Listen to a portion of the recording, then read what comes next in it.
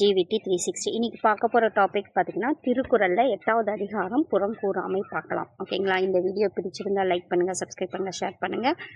Subscribe பண்ண அனைவருக்கும் கொடான கொடி நன்றிகள். சப்ஸ்கிரைப் பண்ண போகும் அனைவருக்கும் நன்றிகள். ஓகேங்களா?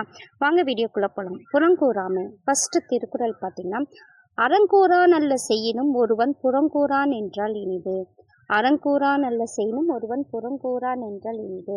ஒருவன் அறத்தை போற்றி கூறாத, அதாவது அறத்தைய போற்றி, அதாவது அதை போற்றி கூறாமலும் அதே மாதிரி அறமற்ற மல்லாததை செஞ்சுட்டு இருந்தாலுமே அதை விட மற்றவனை பற்றி புறங்கூறாமல் இருக்கிறான் பாருங்க, அதுதான் சொல்லப்படுதல் நல்லது. ஒருவன் அறத்தை போற்றி கூறாதவனாய் அறமல்லாதவற்றை செய்தாலும் மற்றவனை பற்றி புறங்கூறாமல் இருக்கிறான் என்று சொல்லப்படுதல் நல்லது. அறங்கூறா நல்ல செய்யினும் ஒருவன் புறங்கூறான் என்றால் இனிது. செகண்ட் பாருங்க, அறநலியை அல்லவை செய்தலின் தீதே புறநலியை பொய்த்து நகை. அதாவது அறநலியை அல்லவை செய்தலின் தீதே புறநலியை பொய்த்து நகை. ஒருவரை நேரில் பார்க்கும்போது பொய்யாக சிரிச்சிட்டு அப்புறம் அவங்க இல்லாத போது பொல்லாங்கு பேசுறாங்க இல்லையா, பேசுவது அறவழியை புறக்கணித்து விட்டு அதற்கு மாறான காரியங்களை செய்வதை விட கொடுமையானதான். அறவழியை விட்டுட்டு எந்த ஒரு செயல் செஞ்சாலும் ஒரு அறம் இருக்கணும். அப்படி இல்லாம செஞ்சாலும், அதாவது அறவழியில செய்யாம ஒரு காரியத்தை செஞ்சாலும் அந்த கொடுமையை விட எது கொடுமையானது? முன்னாடி பேசி சிரிச்சிட்டு பின்னாடி போய் புறங்கூறுதல் கொடுமையானதுன்னு சொல்றாங்க. அறநலி அல்லவை செய்தலின் தீதே புறநலி பொய்த்து நகை. ஃபர்ஸ்ட் என்ன சொல்லியிருக்காங்க? அதாவது கூறாம இருக்கிறவன் பார்த்தீங்கன்னா அதுதான் நல்லது. எப்படி, எதை விடனா அறம் பற்றி கூறாதுன்னா அறம் செய்கிற செயலை செய்யாம இருப்பனை விட இதுதான் நல்லதுன்னு கேட்குறாங்க. அது நல்லதை பற்றி சொன்னாங்க, இது கொடுமையானதை பற்றி சொல்கிறாங்க. ஓகேங்களா? மூணாவது பார்த்தீங்கன்னா, புறங்கூறி பொய்த்துயிர் வாழ்தலின் சாதல் அறங்கூற்றும் ஆக்கம் தரும். புறங்கூறி பொய்த்துரி வாழ்தலின் சாதல் அறங்கூற்றும் ஆக்கம் தரும். காணாத போது ஒருவனை பற்றி பேசி காணும் போது பொய்யாக அவனுடன் பேசி வாழ்வதை காட்டிலும் இறந்து போறது நல்லது அப்படின்னு அறநூல்கள் கூறும் உயர்வை தரும் சொல்றாங்க. இறந்து போவது அறநூல்கள் கூறும் உயர்வை தரும் சொல்றாங்க. ஓகேங்களா? அடுத்தது பாருங்க, புறங்கூறி ஃபர்ஸ்ட் பார்த்தீங்கன்னா, புறங்கூறாம இருக்கிறது தான் அறம் செய்வதை விட இது நல்லதுன்னு சொல்றாங்க. அடுத்தது கொடுமையானதுன்னு, இப்ப அறம் செய்யாம கிடைக்கிற ஒரு இதை விட புறங்கூறாங்க பாரு, அது கொடுமையானதுன்னு சொல்றாங்க. மூணாவது பாத்தீங்கன்னா, அப்படி புறங்கூறுறது பாத்தீங்கன்னா, அப்படி புறங்கூறி பொய்யா வாழ்வதை விட இறந்து போறது பரவாயில்லன்னு அறநூல்கள் சொல்றாங்க. ஓகேங்களா? ஃபோர்த்து பாத்தீங்கன்னா, கண்ணின்று கண்ணற சொல்லினும் சொல்லற்க முன்னின்று பின்னோக்கா சொல். கண்ணின்று கண்ணற சொல்லினும் சொல்லற்க முன்னின்று பின்னோக்கா சொல். அதாவது எதனாலும் முன்னாடி சொல்லுங்க. திட்டுறதானாலும் முன்னாடி திட்டுங்க, சந்தோஷமா பேசுங்க முன்னாடி பேசுங்க. அவங்க போன பிறகு புறம் கூறக்கூடாதுன்னு சொல்றாங்க. ஒருவன் முகத்திற்கு எதிரே முகத்தாட்சியம் இல்லாமல் பேசினாலும் அவன் எதிரில் இல்லாமல் இருக்கும்போது பின்விளைவை எண்ணாமல் அவனை பற்றி பேச வேண்டாம்னு சொல்றாங்க. ஃபர்ஸ்ட் புறங்கூறாம இருக்கிறது தான் நல்லது. அறத்தை செய்யறதை விட புறங்கூறாமல் இருக்கிறது தான் நல்லதுன்னு சொல்றாங்க. ரெண்டாவது, அறத்தை செய்யாம இருக்கும் போது கொடுமை பார்த்தீங்கன்னா, வர கொடுமை புறங்கூறாமல் புறங்கூறி நடக்குது இல்லையா, அந்த காரியங்கள் கொடுமையானதுன்னு சொல்றாங்க. இன்னொன்னு பாத்தீங்கன்னா, புறங்கூறது புறங்கூறி பேசி வாழ்வதை விட இறக்குறது மேலுன்னு அறநூல் சொல்லுதுன்னு சொல்றாங்க.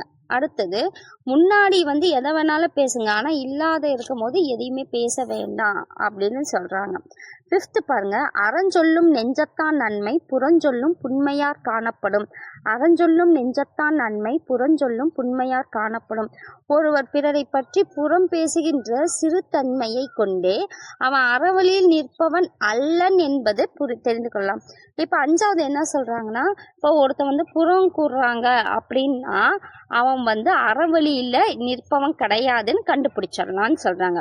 அறஞ்சொல்லும் நெஞ்சத்தான் நன்மை புறஞ்சொல்லும் புண்மையார் காணப்படும். ஃபர்ஸ்ட் புறங்கூறுறது வந்து அறம் செய்வதை விட இது நல்லதுன்னு சொல்கிறாங்க. புறங்கூறுறதுனால ஏற்படுற கொடுமை வந்து அறம் செய்யாமல் இருக்கிறாங்க பாருங்கள், அந்த கொடுமையை விட கொடுமையானதுன்னு சொல்கிறாங்க. மூணாவது வந்து புறங்கூறி பேசி வாழ்வதை விட இறக்குறது மேலுன்னு சொல்கிறாங்க, அறநூல்கள் சொல்கிறதா சொல்கிறாங்க. நாலாவது வந்து எதனாலும் முன்னாடி பேசிடு, திட்டுறதா இருந்தாலும் எல்லாமே முன்னாடி பேசிடு, ஆனால் இப்போ அவங்க இல்லாதப்ப பேசுறதல் வந்து பேச வேண்டாம்னு சொல்கிறாங்க. அஞ்சாவது அதாவது பிறரை பற்றி புறம் பேசுகிற சிறுத்தன்மையை கொண்டே அவன் அறவழியில் இல்லை அப்படின்னு நம்ம தெரிஞ்சுக்கலாம்னு சொல்கிறாங்க.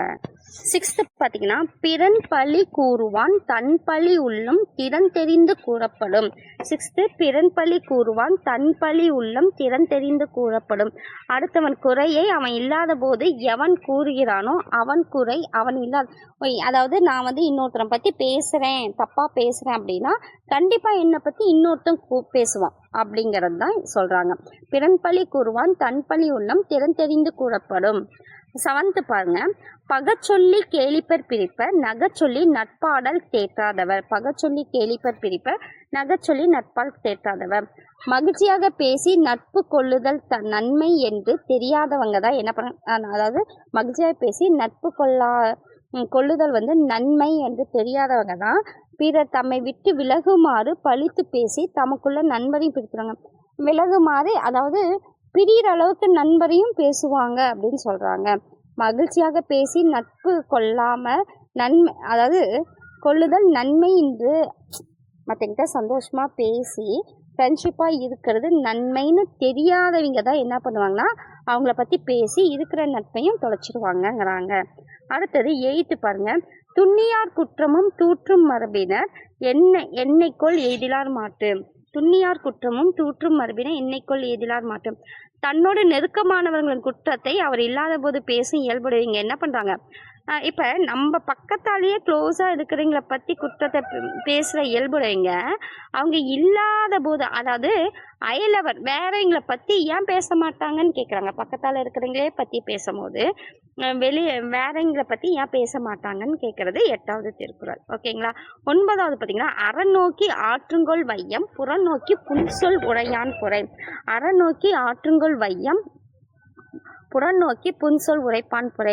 பிற இல்லாத போது அவரை பழித்து இழிச்சொற்களை பேசுபவரோட உடல் பாரத்தையும், அதாவது புறம் கூறான் இல்லையா, இழிவுச்சொற்களை பேசுபவரோட உடல் பாரத்தையும் சுமக்கிறது என்னோட தர்மம்னு சொல்லி இந்த பூமி தாய் வந்து சுமக்கிறது போலும் அப்படின்னு சொல்றாங்க. அடுத்தது 10வது பாருங்க, எய்திலார் குற்றம் போல் தன் குற்றம் காண்பிற்கின் தீதுண்டோ மண்ணும் இருக்கு. பிற குற்றத்தை காண்பவர்கள் வந்து தன் குற்றத்தை எண்ணி பார்த்தாங்கன்னா புறம் கூறும் பழக்கமும் போகும், அதே மாதிரி வாழ்க்கையும் நிம்மதியாக ஆகும்னு சொல்றாங்க.